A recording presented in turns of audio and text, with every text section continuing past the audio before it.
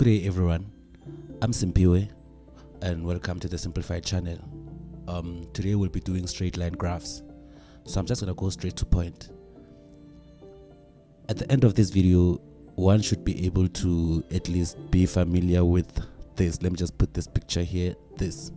So you need to be able to determine the equation of the straight line using those given points there, either using the slope and the intercepts or the slope and points on the line. You're gonna see what the actual line is, because now I believe it's just the start of the video.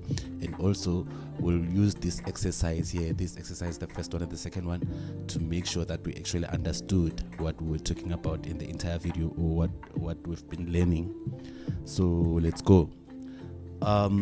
Generally, I'm not sure if you could be familiar or not familiar with the straight line, but then for you to be watching this video, it means you need to either prepare for an exam or an assignment, or you just need to know how to plot a straight line graph.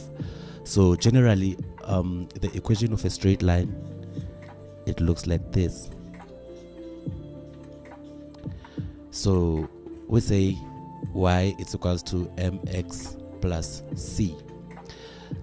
Before we go into this, let me just tell you something. A straight line falls under a family of functions. So we have different kind of functions. We have linear functions and non-linear functions. I believe I'm going to talk about functions in another video, where I'm going to focus more into deep the different types and so forth and so forth. So other textbook would show the empirical equation in the form of a function. So f of x is equals to mx plus c. So f of x meaning function of x, but if the way you can see here, this part here remains the same for both the empirical equation. So you can think of it as meaning y could either way represent f of x. So whenever you see f of x, you can always equate it to y, like going forward. Like I say, there's going to be a point where we're going to specifically talk about functions as they are. For now, let me put this aside and go back to my empirical straight line. So y is equals to mx plus c. Like I've shown on the, let me put the image again. Like you see on this image, what we're trying to achieve. So here, this is our slope.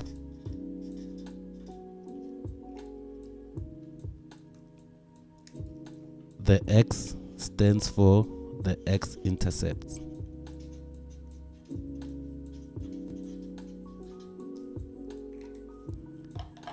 The y stands for the Y-Intercepts.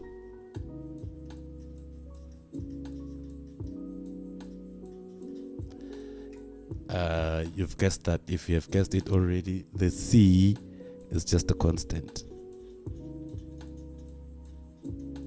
So you have 4 variables, but they are not entirely variables. I'll talk about what a variable is again in future. For now, just look at, you have 4 things.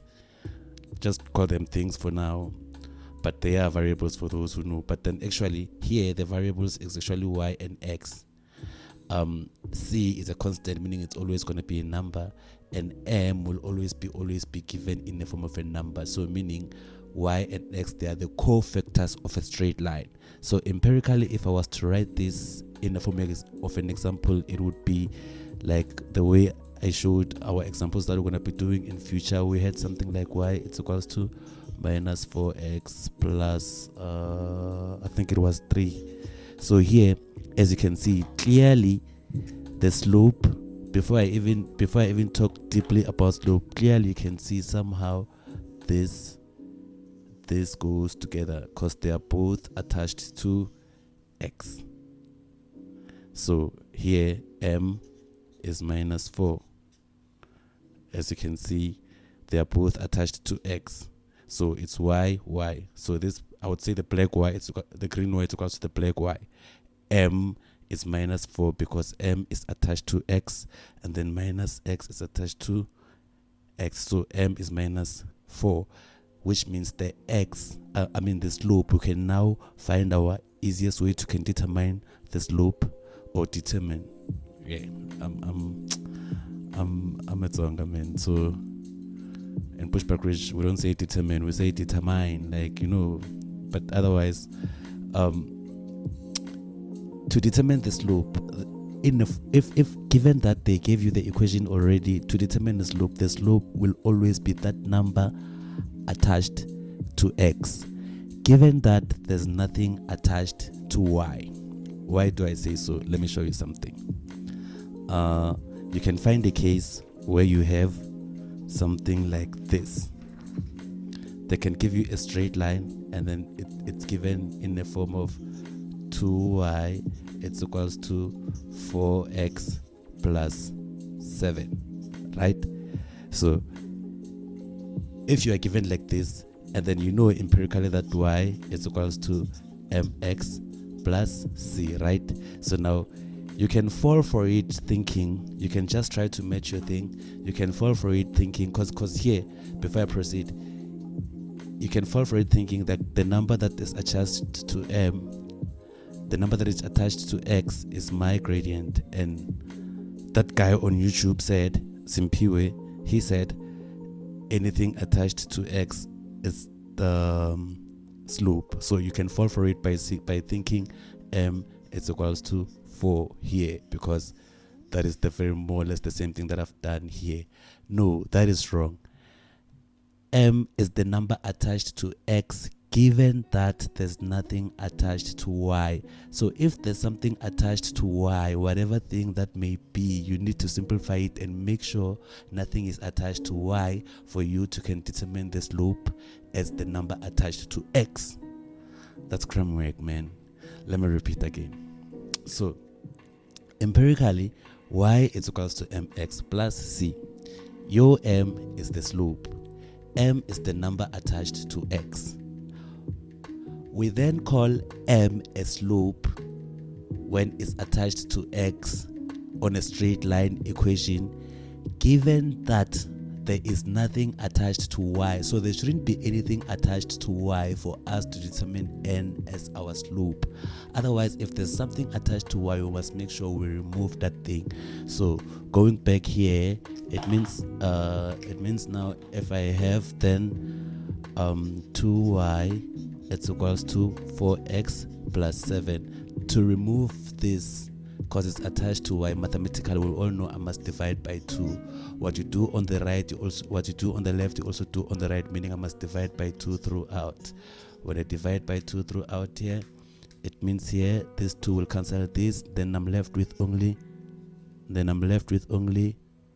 y it's equals to then look here, 4 divided by 2, it's 2x plus 7 divided by 2. Well, I can divide it and leave it as a fraction. That would be 6.5, but then it won't look proper in algebraical form. We normally don't put numbers in decimal fractions. So I'd rather leave it like a fraction like that, 7.2. We'll talk about what fraction is on another video also, if you don't know what a fraction is. So now from here, now that there's nothing attached to y, which was the 2 previously that I've removed, I can then say 2 is my slope.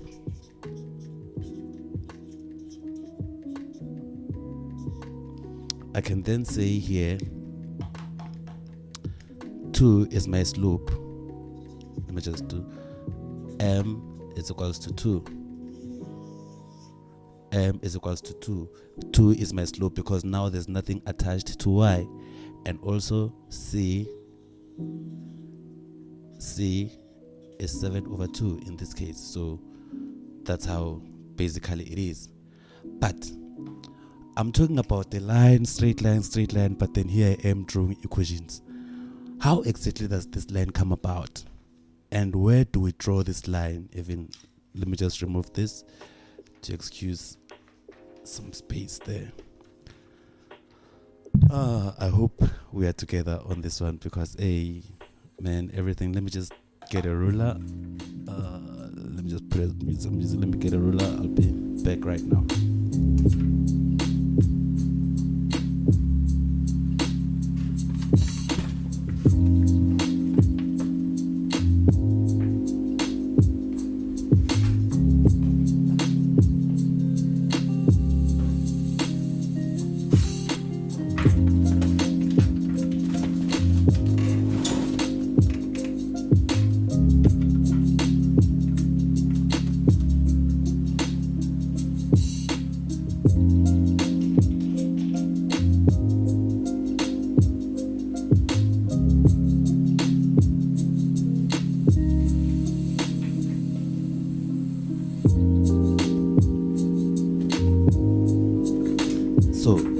want us to talk about the so-called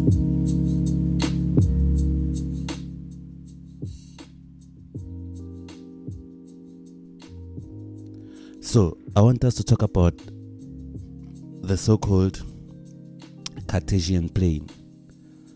A Cartesian plane is actually where we draw this graph that we're talking about, this straight line graph. So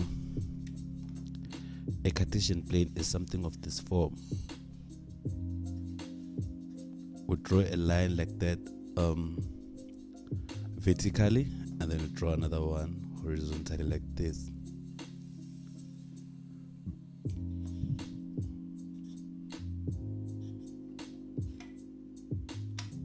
So we call this your y-axis. So the vertical one is the y-axis. That is the y-intercept. Let me stick to that way. The y-intercept, or the vertical axis.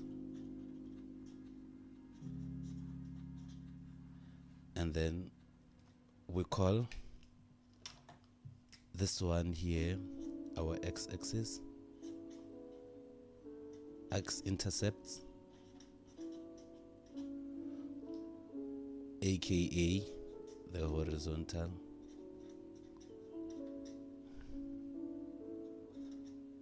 axis. God forgive me, my horizontal and vertical should be right, but then if the horizontal and the vertical are not correct, let's stick to y-intercepts and x-intercepts. Actually, that's what we're going to call them anyways, just different books that normally uses this notation. But otherwise, the one we're going to stick to for ourselves, let's stick to calling this one the y-intercept and the x-intercept. So this is where you draw the line. So you must get the y-intercept, you show where the y-intercepts are, and then these lines, it's just like the very same number line which we had when we were younger. So we had 0, 1, 2, 3 on the number line, right? 4, 5. So actually these intercepts, they are made up of imaginary, like actually they're not imaginary, they're made up of number line. Let's stick to that. They're made up of number line. So it's just number line going like that. Like that. Oh, I'm sorry, this side is the negatives. I should show, because negative side going bottom, so it's minus this side. I was supposed to, so it's minus 1, minus 2, minus 3, minus 4, minus 5, minus 6. So ideally, this is how a Cartesian plane looks like. So how do we draw a straight line though? Okay, so here, this Cartesian plane is made up of different points, right? Mathematically, when we talk about a point, we'll talk about something like this. This is a point. All the time, whatever number, if they put two numbers in brackets, mathematically in an algebraical language, they represent a point. Such that if you see any number and then they show you something like this, oh no, let me make this 0. It's fine, because now I'm making it y again. So you have something like this, or you have something like, or you have something like,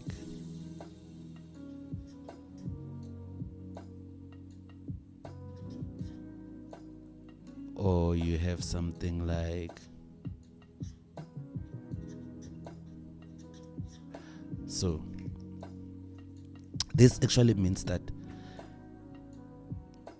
since I've said empirically xy represent a point like that, if you have something like this, you already know, like, oh, this one represent x, this one represent y. So for this case, my x will be 2, my y will be 0.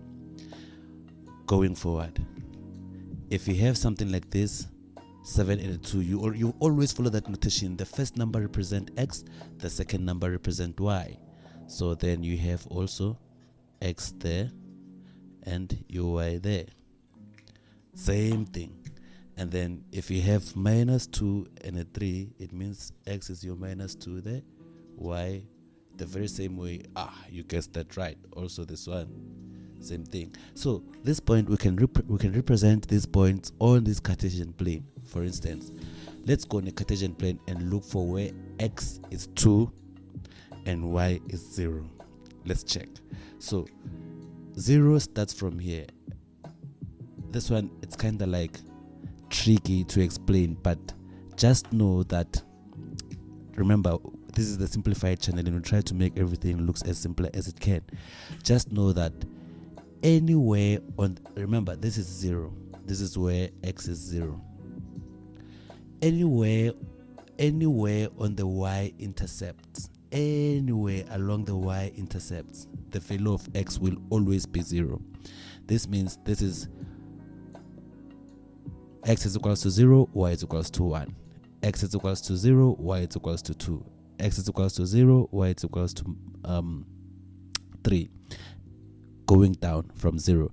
X is equals to 0, Y is equals to -1. X is equals to 0, Y is equals to -2. X is equals to 0, Y is equals to -3. Now let's change the story. On the Y-intercept, on the X-intercepts, no, I'm talking about the Y now. Yes, on the Y-intercepts, this is where Y is 0 again. So at the center is 0 for both. Anywhere on the X-intercepts where Y is 0, it will remain 0.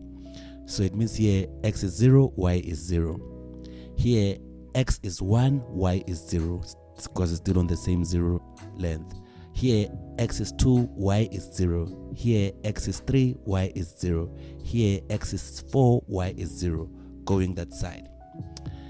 Here X is -1, Y is 0. X is -2, Y is 0. X is -3, Y is 0. The reason why I say so is because I want to put this point here. I want to show this point here on the graph. So I want to go where X is 2 and Y is 0. Because this one is 0. I want to go where X is 2, Y is 0 and put a dot to show the point. So this is the point. This is the point where X is 2, Y is 0. It's represented by this point here. I want to go my second point. I want to go show my second point on the Cartesian plane. My second point is 7 and 2, so meaning X should be 7 and Y should be 2. I don't know why did I choose 7, because my graph won't give me anything above 7. Let me just change this to 4 at least, because I'm allowed, right? I created this. No, I'm joking. I didn't create mathematics, but I'm allowed. So we're gonna look for where X is 4, Y is 2, and show that point. So X is 4 where? X is 4 here. No. X is 4 here. So this is where X is 4. Y is 2 where? Y is 2 here. So Y is 2 here. So we must show with the ruler where these points, where they meet. That's how we determine the points, where they meet. So 4 like that, and then 2 like that. This is where the next point is. That's where 4x and 2y meet, right? So if I join the 2 points, that's my straight line. If I had to draw the straight line of these 2 points, if I just by joining the 2 points,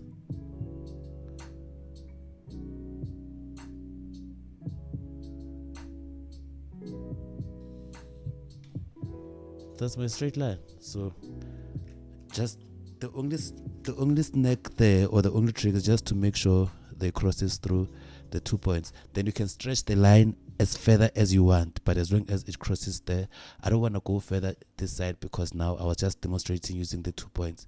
So now let's do the next example with this one. If you want, you can pause and try it yourself, and then you see when we do it together if you can get it right. Let's see. So now we're looking at the first point. We're looking at the point where x is -2 and y is 3. Let's go look at now in our graph. X is -2, so this is the x-axis. These are the x-axis. 0, -1, -2. That's right. X is -2 here. And then we're looking for where y is 3. Y is 3 where? 0, 1, 2, 3. Y is 3 there. That's right. So again, we use our ruler to join where the points interact. That's where they meet according to the way they are given. So we have that one there. So this is where the points are. So we can call that point -2 and 3. Going further, we have this one -2 and -3 again. Let's check where -2 is. -2 is here again, then -3 is here. This one, I don't even know why I did it like that, but that's where they interact also, as you can see. And then it goes like that, and also like that. So that is now the interaction of the point. If we join the 2 points, then that's our straight line for those 2 points. Now if we join the 2 points, it would be just a matter of crossing over, just passing through the 2 points. That's your straight line. It just has to cross over the 2 given points, which are these ones. So that's how we represent points on a Cartesian plane. So a Cartesian plane is where we'll be drawing our straight line. Now let's go back to our earlier, what we're trying to achieve. So our achievement, we want to try to draw the straight line graph, and we had these exercises that we want to try to make sure we understand what we talked about for now. So what do I need to draw a straight line? I need either to be given 2 of any of these, any 2 of these. So they can either give me the y-intercept. Actually, they can either give me the slope and 1 point on the line, or they can either give me 2 points on the line. They ask me to draw the graph. So, but then now I want us to try without a graph. Let's try to represent the very same equation on a line as it is. Remember, our goal is to find the y-intercepts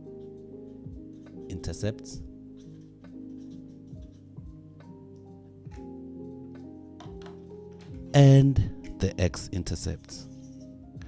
I just want to use different color there.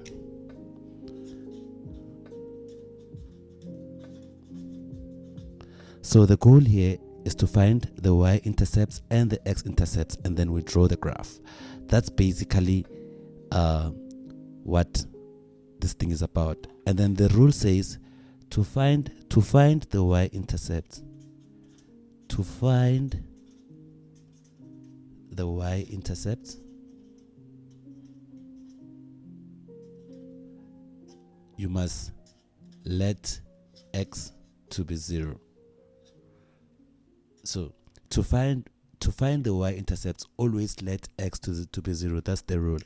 And then obviously the rule here, it's gonna be if mathematically, if you were to think of this as an equal sign, what is done on the left, it's always done on the right. I don't know. Don't try to make that thing make sense, but it's gonna have to make sense in future because we are on algebra. So here to find, you've guessed it right. If you did, to find the X intercepts, one must let y to be 0, just like that. So for now, we might have other more rules that we might talk about, but then for now we're talking about the easiest way to go about with this. So for now we stick to saying, to get the y-intercept, you let y to be 0. To get the x-intercept, you can let y to be 0, given that they give you a line. Remember, think of m as a number, you think of c as a number. Our achievement is we want to get the y-intercepts and the x-intercepts. So by me saying think of c as a number and y as a number, you can go back to our previous imaginary equation that we used, which we're going to solve at the end for x plus, what was the number? It was 3. Y minus 4x plus 3. Think of this one. So m is minus 4, c is 3. But now I want us to picture this like this, exactly as it is. So if then we let y to be 0, it means on this equation of ourselves, from that y it's equals to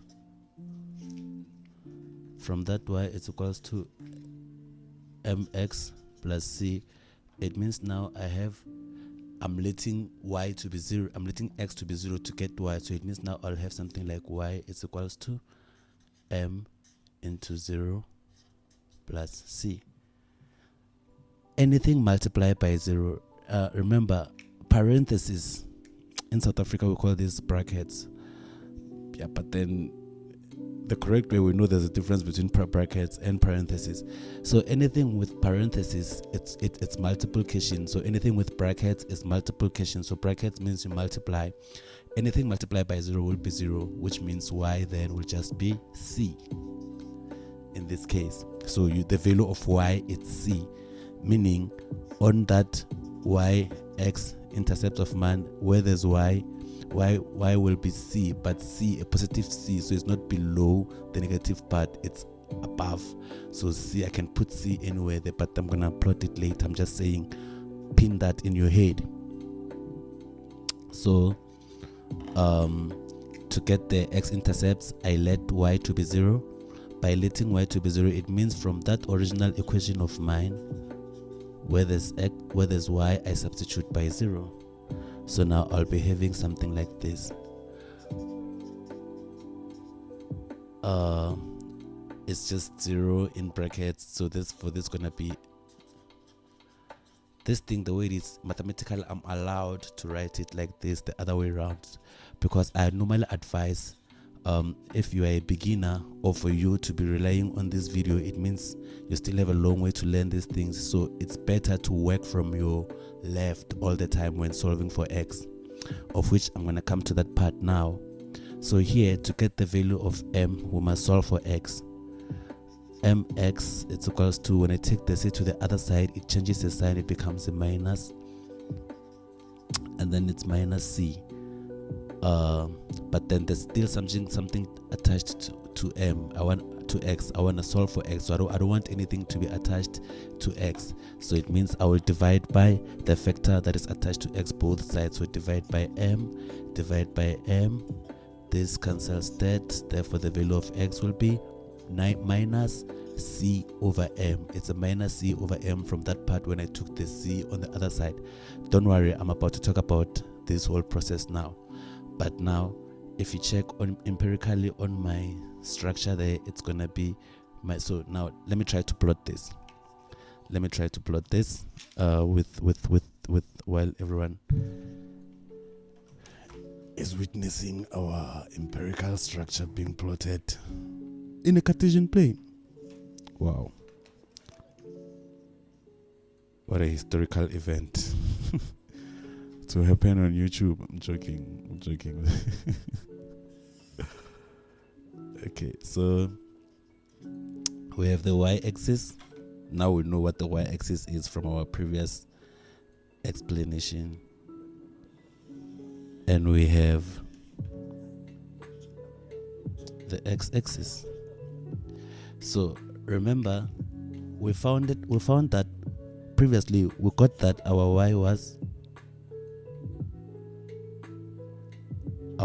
c and our x was our x minus c over m. So c, I can put it anywhere here. It's a positive number, so this is my number c.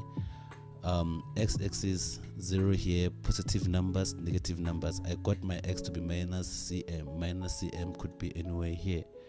Minus c over m, minus c over m. So these are my 2 points. And then to draw the straight line, I just have to join the 2 points. For now, if you don't understand this one, now I'm going straight ahead to our example, the one that we wanted to achieve.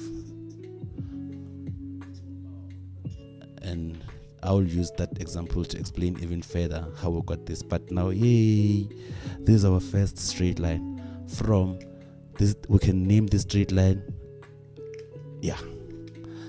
it's y, it's equals to mx plus c. We've successfully drawn the straight line y is equals to mx plus c. But now let's come to the real thing, because this was just an empirical example. Let's come to something that is more real.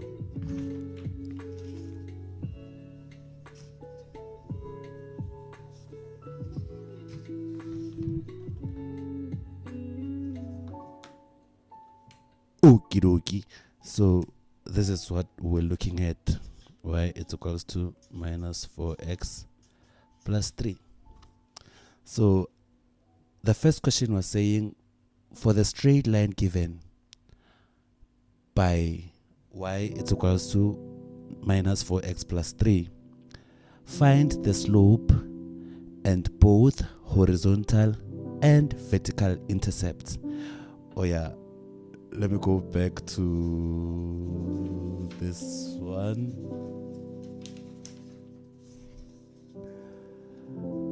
Vertical and horizontal intercepts. So sometimes they don't say y-intercepts or x-intercepts. Some they say that the reason why I use the vertical is because I had already viewed this example in the beginning. But most books and most schools and most institutions, they're going to use x and y-intercepts. The vertical and horizontal is when they're trying to brag. But horizontal for horizon, right? When you look at something, so vertical angle, just put some geography knowledge in there, not to get confused of the horizontal and vertical. Sharp.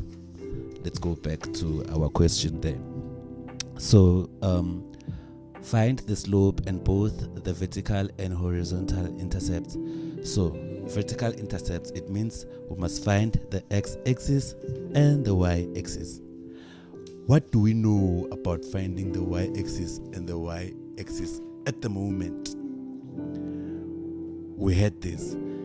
Okay, to find the y-intercept, which is now we can say also known as the vertical axis.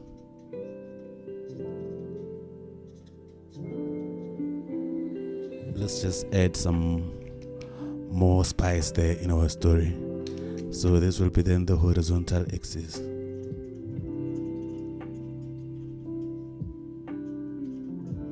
But the rules remains the same. To find the vertical axis or the y-intercept, you must let x to be 0. Same like that. So here already we know empirically y is equals to mx plus c. Now they want us to get the slope. Now remember the song I've been singing earlier on. M, which is the number attached to x, is the slope on the empirical equation. If and only if there's nothing attached to y. Perfect.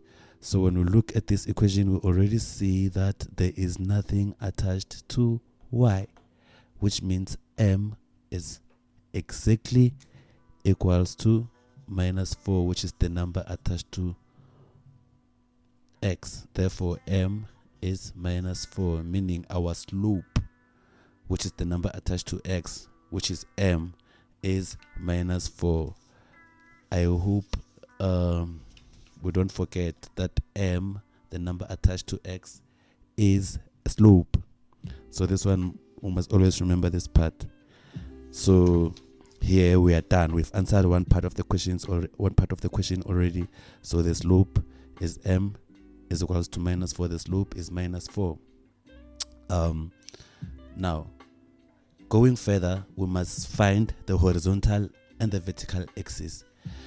The problem with, let me just pin that part of the second question first. I just want to talk about solving for x and y on this instant. But I'm not pinning it. We are doing it as we go. But just look at it like this. If you have to solve, like for instance, if you let x to be 0,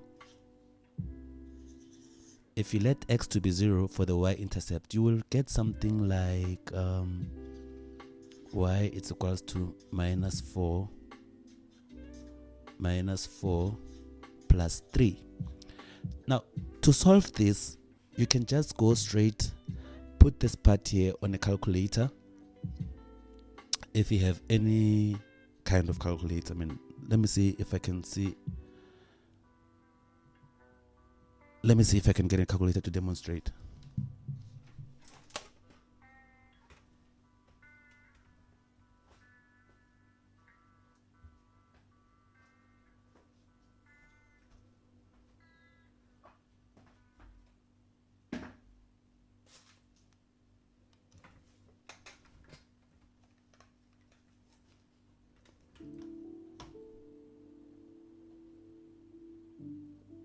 So if you have a calculator like this, you can just punch the whole thing on the calculator. Just say minus 4 into 0 plus 3. Exactly like the way it shows, the minus 4 open brackets 0 close brackets, or open parenthesis 0 close parenthesis plus 3. And then you just go ahead and hit an equal sign there. It's going to give you a 3, exactly as you can see the value there. So that's how you can get this one straightforward, because we're trying to make everything to be easy. But if you check, oh no, it has to be 3. So but then anything multiplied by 0, it's 0 anyway, so it's just going to be 3. But then hence we use the calculator to find that one. The other side though, if we let y to be 0 to get the intercept, we're now faced with something like this. Now this one, you can't just punch it on the calculator, you have to solve for x.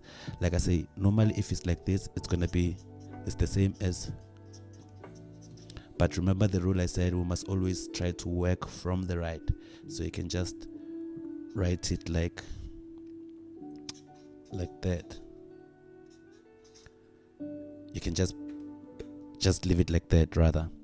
So here you have to solve for x.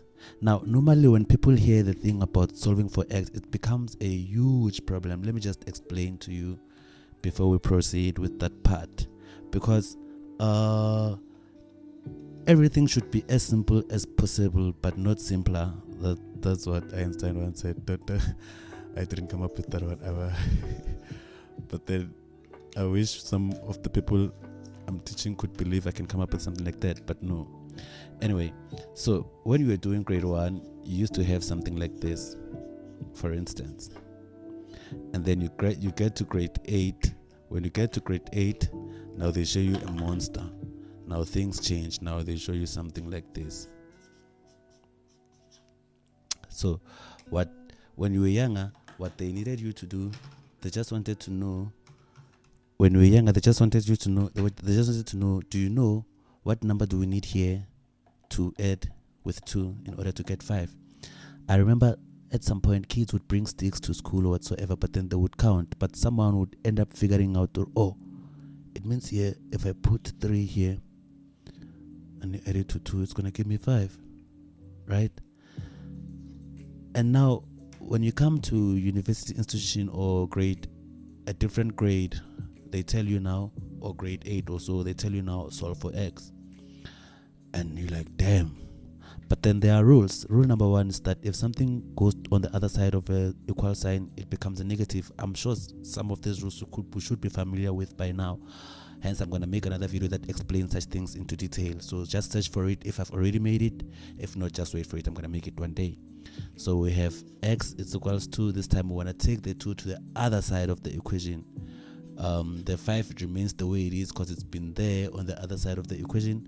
Now when the 2 goes on the other side of the equation, it changes the sign. It becomes a minus, like, oh, because it was a plus before, you see.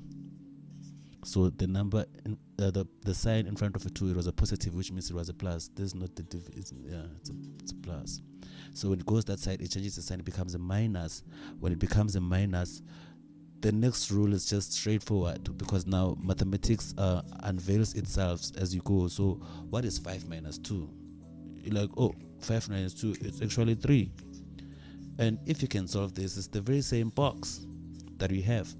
The moral of the story here, I'm trying to say, let's think out of the box now, because we're no longer in grade 1. In grade 1, we think they put us to think inside the box, that little box, and then now let's remove the box, and then we don't want the box anymore. We just want to know only that x is 3, no box, whatever connected. We're going to use rules to get to this answer. So let's go back to our question. So there, on our previous explanation, I said that now when we have something like this, I let x to be 0 to get the y-intercepts, and then the y-intercept, I found y to be 3, which means the y-intercept is 3. This means that according to our question, the vertical axis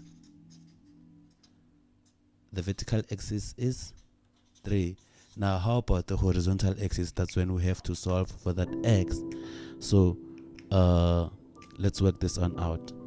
We have the way it is, this one is minus 4x.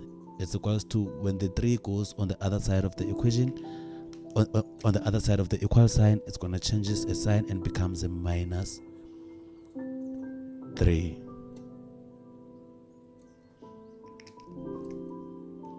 Minus 3. But then now we want to solve for x, but then minus 4 is attached to x, which means we divide by minus 4 both sides. Negative divided by negative, it's a positive. 4 divided by 4 is 1, so this cancels this. Therefore x will be negative divided by negative, it's a positive. It will be 3 over 4.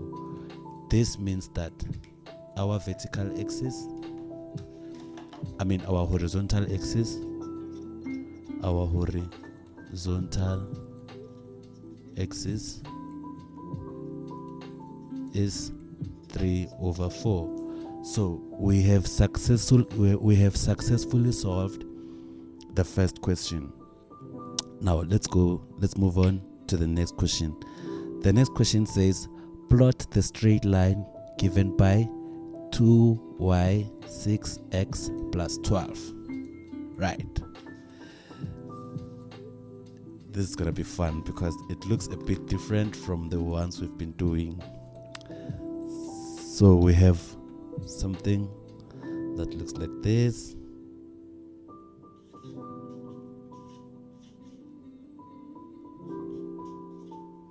Right.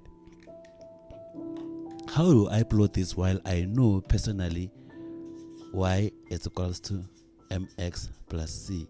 You're like, that guy from YouTube said something about y being mx plus c, but then now I have these complicated things here. If you look at this thing, you can arrange it in the order that you want. You can see that number 1 here, there's something attached, there's something that has y, which is similar to this part. There's something that has x, which is similar to this part. And there's something that has nothing at all, which is the constant, which is similar to this part.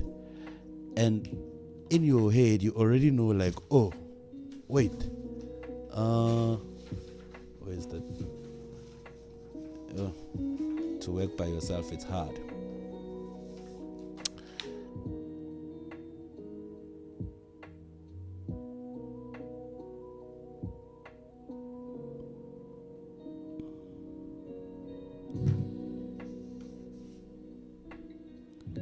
So you already know that y is equals to mx plus c. C is the constant, m is the slope on that condition of ours, and then there's this thing here. So from here, what can I do? I know, let me rearrange this to look like this. But you don't just rearrange. When you rearrange, you follow the rules. So now I see that mx is on the other side of the equation according to my empirical, but then here my number attached to x is on the left. It means I must take it this side. So I can see here, for me to can succeed here, it means now I must take this number on the other side, because I think why it's fine is sitting this side of the equal sign, which is what I want to achieve anyway. So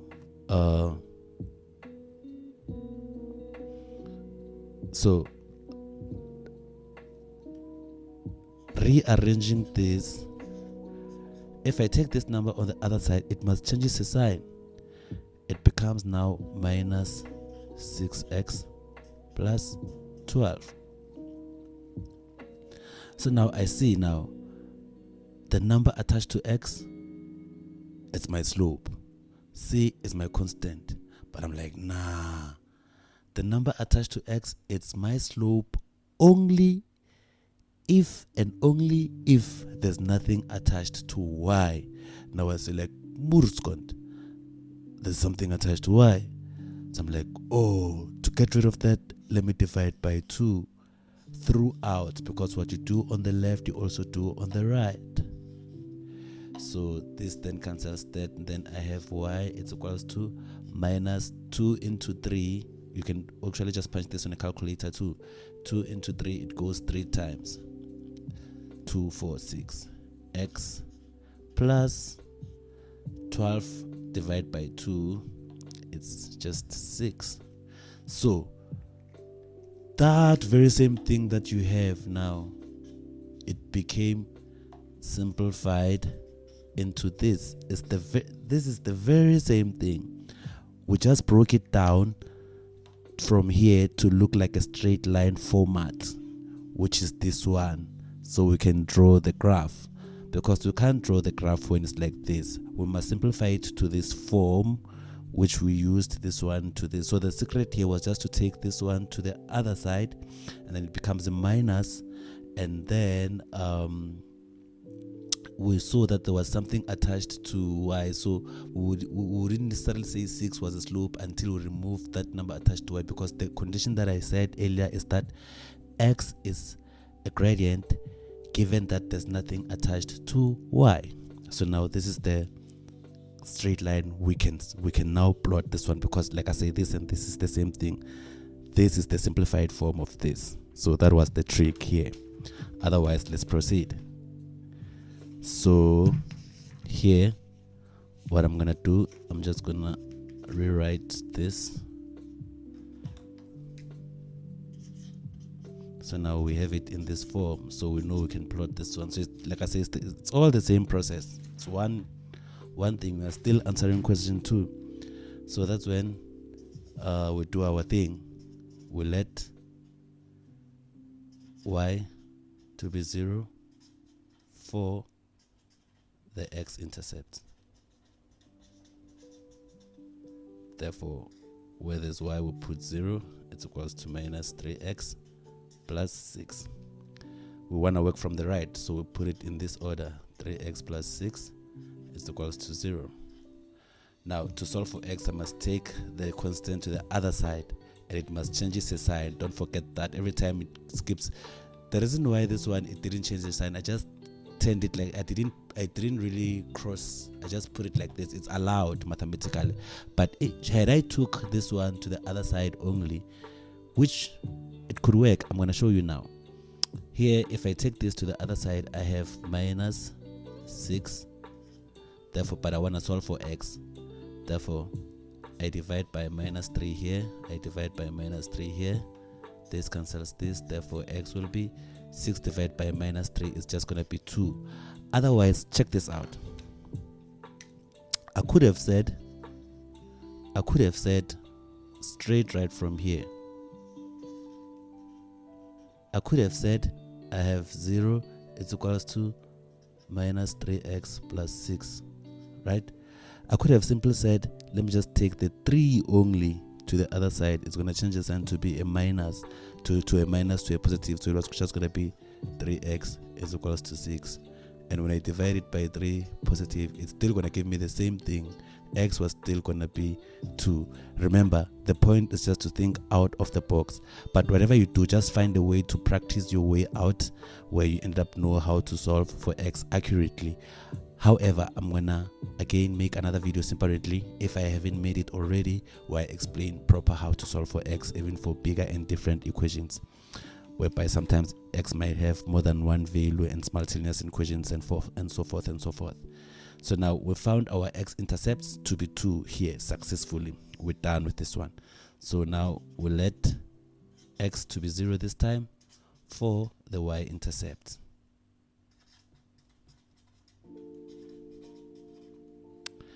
And that's when we have Y is equals to minus 3, 0, plus 6. If you punch this on the calculator again, you can just ignore this part. You punch the entire part on the calculator. You're gonna get 6. So meaning the the Y-intercept is also 6.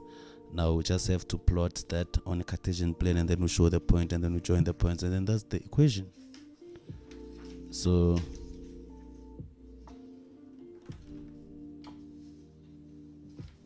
let me just write our values here. We got X was 2 and Y was 6.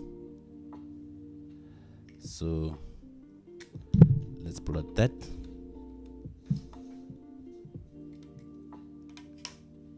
Ayaga indaba yami straight iPhone ruler. And do a number one. There is our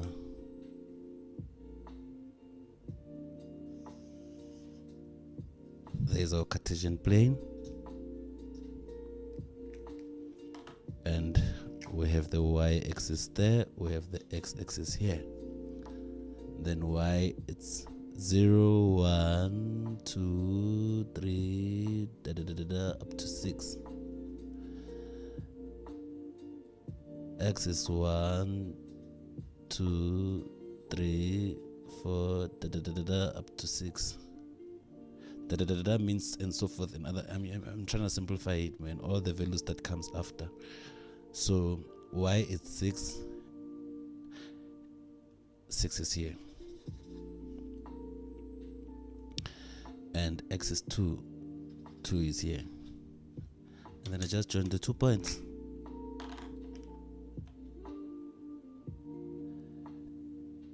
And do you notice now that the shape of the line changes? I'll talk about this on the next video. On the simultaneous equation, I'll talk about positive slope and negative slope.